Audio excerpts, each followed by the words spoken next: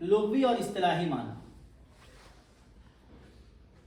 فقہ کے لغوی معنی جیسا کہ آپ جانتے ہیں علم کے آتے ہیں۔ قرآن کریم کے اندر بھی یہ لفظ اس معنی میں استعمال ہوا ہے، فلولا نفر من كل فرقة منهم طائفة ليتفقهوا في الدين، کہ ایک جماعت نکلے اور وہ دین کا علم حاصل کرے۔ فقہ کے ایک معنی علم کے ہیں، فقہ کا ایک دوسرا معنی فہم کے ہے۔ قرآن کریم کے اندر بھی یہ لفظ استعمال ہوا، فَمَا لِهَٰؤُلَاءِ الْقَوْمِ لَا يَفْقَهُونَ حَدِيثًا، اس قوم کو کیا ہوا ہے کہ یہ کوئی بات نہیں سمجھتے۔ حضرت موسیٰ علیہ السلام کی دعا ہے، اس کے اندر رب اشرح لی صدری ویسر لی امری واحلل عقدۃ من لسانی یفقہوا قولی۔ یہاں پہ بھی فقہ کا لفظ استعمال ہوا ہے، یفقہوا قولی، کہ وہ میری بات کو سمجھ سکے۔ قریب 20 مقامات پر قرآن کریم میں یہ لفظ استعمال ہوا اور فقہ سمجھنے کے معنی میں استعمال۔ لسان العرب کے اندر فقہ کے جو معنی لکھے ہیں وہ ہے الفقہ العلم والفہم لہ، العلم بالشیء والفہم لہ، کسی چیز کا علم اور اس کا فہم، یہ فقہ کہلاتا ہے۔ یہ فقہ کے لغوی معنی۔ فقہ کے اصطلاحی معنی، اسلام کے ابتدائی زمانے میں آپ جائیں گے، شروع دور کے اندر پوری شریعت کے جاننے کا نام فقہ ہے۔ پوری شریعت۔ علامہ بزدوی نے کشف الاسرار کے اندر امام ابو حنیفہ رحمۃ اللہ علیہ کے حوالے سے نقل کیا ہے، الفقہ علامہ روی عن ابی حنیفہ معرفت النفس ما لها وما علیہا، معرفت النفس ما لها وما علیہا۔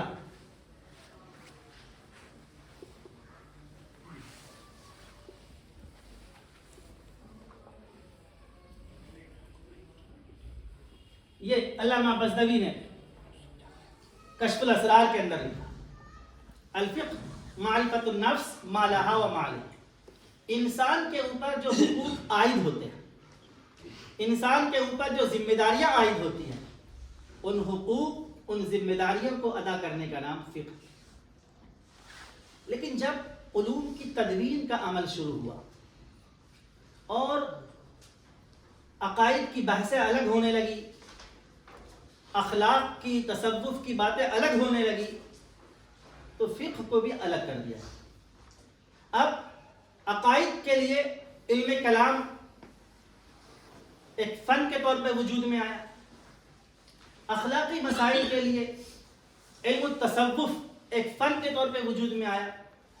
تو اب احکام کے تعلق سے جو مسائل ہیں، عملی زندگی سے متعلق جو مسائل ہیں، ان کے لیے فقہ کا لفظ استعمال ہے۔ اب فقہ کی اصطلاحی تعریف بعد میں چل کے بدل گئی۔ اب فقہ کی تعریف کیا ہے؟ العلم بالاحکام الشرعیہ العملیہ المکتسب عن ادلتها التفصیلیہ، کہ ان شرعی فرعی احکام کے جاننے کا نام ہے جو ادلہ تفصیلیہ سے جانے جاتے ہیں۔ یہ فقہ کی تعریف۔ دوسرا لفظ کیا ہے؟ الاقلیات۔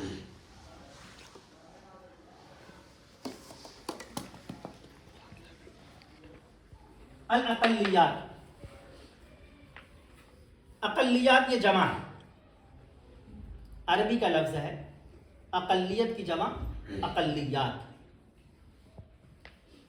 الاقلیہ ضد الاکثریہ، جمع الاقلیات۔ انگلش کے اندر اس کے لیے لفظ استعمال ہوتا ہے مائنورٹی کا۔ ہندی میں لفظ استعمال ہوتا ہے اس کے لیے الگ سنکھیک، ہندی کے اندر لفظ استعمال ہوتا ہے اقلیت۔ اسلامی تراث کے اندر یہ لفظ آپ کو صرف قلت کے معنی کو بتلانے کے لیے ملتا ہے، کسی اصطلاح کے طور پہ یہ لفظ ہمیں اسلامی تراث کے اندر، اسلامی فقہ کے اندر ہمیں نہیں ملتا۔ یہ ایک سیاسی اصطلاح ہے، اس کی کئی مرادات ہیں۔ بعض لوگوں نے کہا کہ اقلیت کسی ملک کے اندر وہ باشندے جو زبان،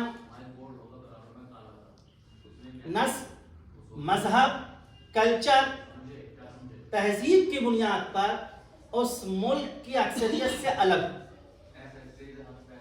یہاں ایک بات آپ یاد رکھیے کہ اقلیت کی جن لوگوں نے تعریف کی ہے اس میں تین نقطے نظر ہیں، تین نقطے نظر ہیں۔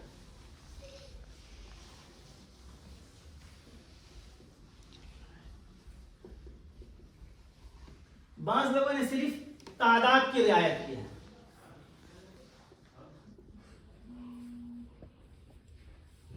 بعض لوگوں نے مغلوبیت کی رعایت کی ہے،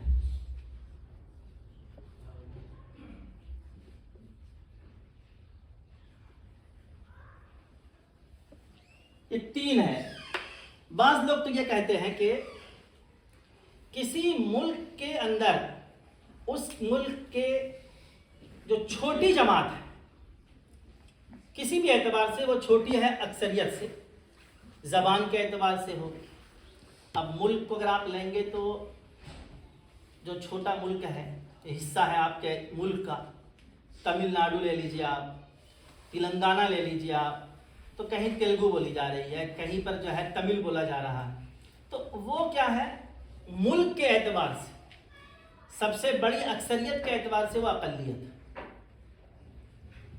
تو اس ملک کے اندر جو چھوٹی جماعت ہے، تعداد کے اعتبار سے جو کم ہے، زبان کے اعتبار سے، مذہب کے اعتبار سے، کلچر کے اعتبار سے، وہ اقلیت ہے۔ زیادہ تر لوگوں نے یہ تعداد کو پیش نظر رکھا۔ بعض لوگ کہتے ہیں کہ نہیں، تعداد اصل نہیں ہے اقلیت کے لیے، مغلوبیت اصل ہے۔ ایسی جماعت جس کے ہاتھ میں اقتدار نہیں ہے وہ مغلوب ہے، وہ اقلیت کہلائیں گے۔ جو مغلوبیت کی حالت میں ہے وہ اقلیت میں ہے، جن کے پاس اقتدار نہیں ہے، طاقت نہیں ہے، وہ اقلیت میں ہے۔ بعض لوگ کہتے ہیں کہ نہیں، جو دونوں ہی تعریف کے اندر پیش نظر ہے، کہ وہ جماعت تعداد میں بھی کم ہے اور حکومت میں بھی نہیں ہے، وہ اقلیت ہے۔ دونوں ہی چیزیں گویا کہ تین عناصر ہیں، اقلیت کے تین عناصر ہیں۔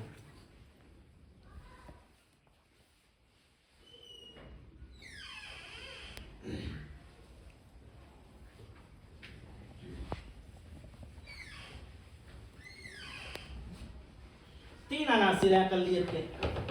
ایک تو ہے تعداد میں قلت، مغلوبیت،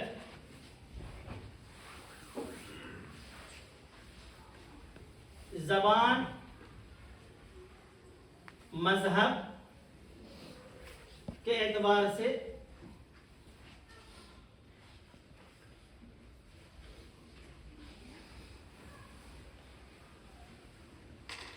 اکثریت سے مختلف ہوں اور اپنی تہذیب کی بقا کے لیے جد و جہد کر رہے ہیں۔ یہ تین عناصر ہیں کہ وہ اس ملک کے اندر تعداد میں تھوڑے ہیں، اس ملک کے اندر مغلوب ہیں، اور تہذیب کے اعتبار سے، رنگ کے اعتبار سے، کلچر کے اعتبار سے، مذہب کے اعتبار سے اقلیت میں ہیں، کم ہیں، مختلف ہیں، اور اپنے تہذیب کی بقا کے لیے وہ کوشش کر رہے ہیں، تحفظ چاہ رہے ہیں۔ یہ گویا کہ اقلیت کے تین بنیادی عناصر ہیں۔ اس کو آپ سامنے رکھیں گے تو آپ سمجھ میں آ جائے گا کہ امریکہ کے اندر کیا ہے، مسیحی اقوام ہے، مسیحی اقوام کے دوران عیسائیوں کے درمیان جو مسلمان ہیں وہ مائنارٹی کے اندر ہیں، اقلیت کے اندر ہیں، اس لیے کہ ان کی تعداد بھی تھوڑی ہے، مغلوب بھی ہیں، اور اپنے مذہب اور اپنے کلچر کے تحفظ کے لیے فکر مند بھی ہیں۔ ہندوستان کے اندر آپ لے لیجیے تو مسلمان اقلیت کے اندر، اس لیے کہ مسلمان یہاں پہ تعداد میں بھی کم ہیں، مسلمان یہاں پہ مغلوب بھی ہیں، دوسری ہندو قوم کے مقابلے میں اپنے مذہب سے الگ ہیں، اور اپنے مذہب اور اپنے کلچر، اپنی زبان کی حفاظت کے لیے کوشاں بھی ہیں۔ یہ صرف مذہب کے اعتبار سے اقلیت نہیں ہے، یہ زبان کے اعتبار سے بھی ہو سکتا ہے، کلچر کے اعتبار سے بھی ہو سکتا ہے، رنگ کے اعتبار سے بھی ہو سکتا ہے۔ امریکہ کے اندر جو کالے ہیں وہ اقلیت کے اندر ہیں، گورے وہاں پہ اکثریت کے اندر ہیں۔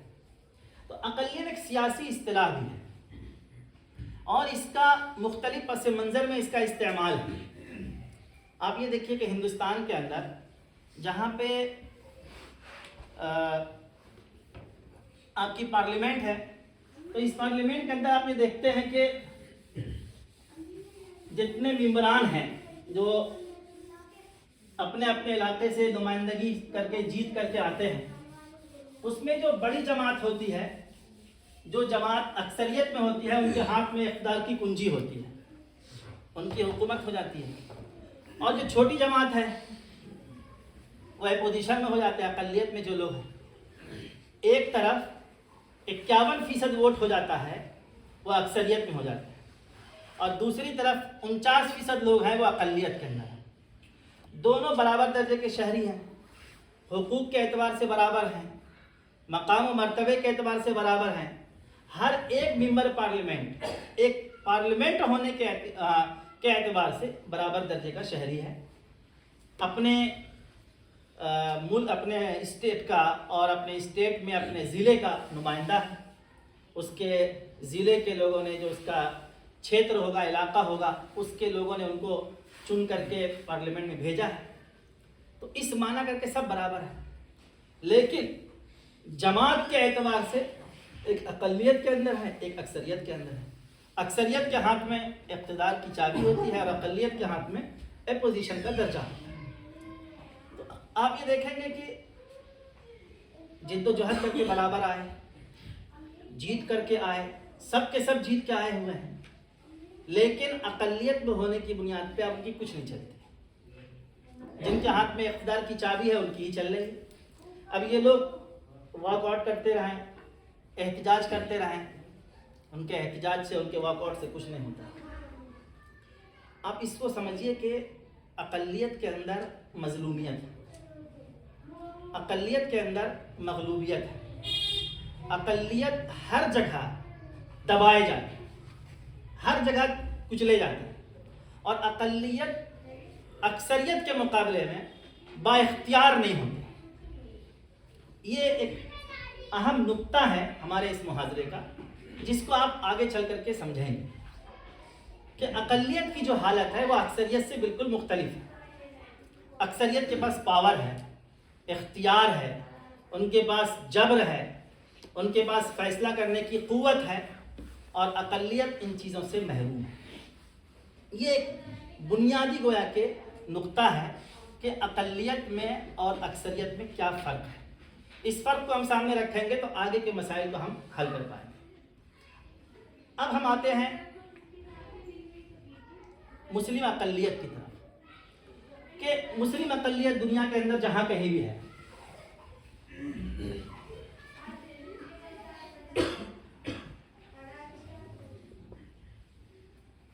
اس کی بنیاد کیا ہے؟ مسلم اقلیت کے مختلف اسباب ہیں۔ ایک سبب تو یہ ہوتا ہے کہ کسی ملک کے اندر بعض لوگ ہجرت کر کے چلے گئے، وہاں رہنے لگے، اب وہ اپنے ملک سے وہاں چلے گئے، اس ملک سے اس کا مذہب الگ ہے، اب وہ تھوڑے لوگ ہیں جو ہجرت کر کے گئے۔ یورپ کے اندر جو لوگ گئے مختلف مقاصد سے گئے، بعض لوگ مزدور کے حیثیت سے لے جائے گئے، یورپ کے اندر کام کرنے کے لیے. ان لوگوں کا ایک زمانہ ایسا گزرا کہ ان کو مذہب سے کوئی مطلب نہیں تھا. یہ اکثریت میں ضم ہو گئے, اکثریت میں گھل مل کر کے ایسے ہو گئے کہ جیسے کہ دونوں میں کوئی فرق ہی نہیں ہے. لیکن جب دوسری پیڑھی تیسری پیڑھی ان کے اندر کی نکلی اور ان کے اندر ایک احساس اور ایک شعور بیدار ہوا کہ ہمارا مذہب الگ ہے, ہمارا دین الگ ہے, ہمارا کلچر الگ ہے, تو ان کے اندر ایک تحفظ کا اور ایک احساس ان کے اندر بیدار ہوا. بہرحال وہ اس ملک کے اندر اقلیت میں ہو گئے اور اپنی ایک اقلیتی شناخت انہوں نے پیدا کی کہ ہم مسلمان ہیں تو ہم نماز پڑھیں گے, ہم مسجد بنائیں گے, ہم مدرسے بنائیں گے, ہم کمیونٹی سینٹر بنائیں گے, ہم لوگوں کے لیے جو ہے جو اصلاحی کام ہوتا ہے ہم وہ کریں گے, اپنے سماج کے جو لوگ ہیں ان کو ہم جوڑیں گے. اس طرح کی ایک جدوجہد شروع ہوئی اور ایک اقلیت کے کچھ لوگ جمع ہو گئے. بعض ملکوں میں ایسا ہوا کہ وہاں جب دعوتی مشن لوگوں نے کیا, دعوت کے فریضے کو لوگوں نے انجام دیا, بعض لوگ تعلیم کے نیت سے گئے, اصلاح کی نیت سے گئے, تبلیغ کی نیت سے گئے اور وہاں جا کر کے انہوں نے دعوتی فریضے کو انجام دیا اور انہی قوم میں سے کچھ لوگ مسلمان ہو گئے. اب لاکھوں میں 10 لوگ, 20 لوگ, 50 لوگ ایسے تھے جو مسلمان ہو گئے, وہ اقلیت کے اندر تھے. بعض جگہوں پہ ایسا ہوا کہ یورپ کا حملہ ہوا اور مسلم ملک کے اوپر یورپ کا قبضہ ہو گیا, مسلمان جو ہے مائنورٹی میں آ گئے. آپ خلافت عثمانیہ کے سقوط کے بعد جو مسلم پورا خطہ تھا بعد میں سب آزاد ہو گیا. یہ جو سعودی ہے, قطر ہے, شام ہے, بحرین ہے, عمان ہے, لبنان ہے, یہ سب جو ہے استعمار کی زد میں آ گیا اور سب پہ انگریزوں کی حکومت ہوگی. وہاں کی آبادی تو مسلمانوں کی ہے, 100% آبادی مسلمانوں کی ہے, لیکن اقتدار تو ان کے ہاتھ میں نہیں ہے. تو اس اعتبار سے وہ مغلوب ہو گئے. ہندوستان کے اندر مسلمانوں کی حکومت تھی, مسلمان اقلیت میں تھے یہاں پہ, لیکن اقتدار مسلمانوں کے ہاتھ میں تھا, اس لیے اقلیت کا کوئی مطلب نہیں تھا. کیونکہ اقلیت کے لیے ایک بنیادی عنصر تھا مغلوبیت کا, اور اقتدار ہاتھ میں ہونے کی بنیاد پہ مغلوبیت کا کوئی تصور نہیں تھا ان کے پاس. لیکن جب انگریزوں کا قبضہ ہو گیا, انگریزوں کے جانے کے بعد یہ ملک جمہوری ملک ہو گیا. یہ اقلیت در حقیقت اسی جمہوریت سے نکلا ہوا ہے. میں نے کہا کہ الیکشن ہوتا ہے, جو زیادہ سیٹ لاتے ہیں ان کی حکومت ہو جاتی ہے, جو کم سیٹ لاتے ہیں وہ مطلب یہ ہے کہ ان کی حکومت نہیں ہوتی ہے. اب جہاں پر آپ تعداد میں کم ہوں گے وہاں اقلیت میں ہوں گے.